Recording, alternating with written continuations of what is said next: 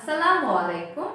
তুমি অলস এই কথাটা আমরা ইংলিশে বলি ইউ আর লেজি, তবে এটাকে একটু ডিফারেন্ট ওয়েতে কিভাবে বলা যায় তাই আজকে শেখাতে যাচ্ছি।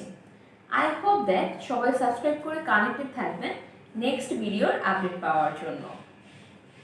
You are sluggish, you are sluggish, you are bone idle, you are bone idle, you are indolent, you are indolent, you are shiftless, you are shiftless, stop lying on the couch all day, stop lying on the couch all day.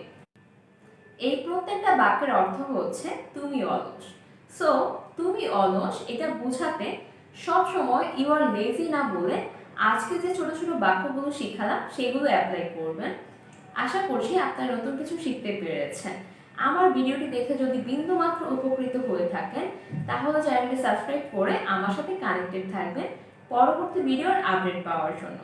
আর যদি একটু বেশি ভালো লেগে থাকে তাহলে চাইলেই এই ভিডিওটি আপনার বন্ধুদের সাথে শেয়ার করে তাদেরকে দেখার সুযোগ করে দিতে পারেন। আপনারা ভালো থাকুন, সুস্থ থাকুন এই প্রত্যাশা রেখে আজকের মতো বিদায় জানাচ্ছি। আমি রহমতের নেসা সূচনা। আল্লাহ হাফেজ। আসসালামু আলাইকুম।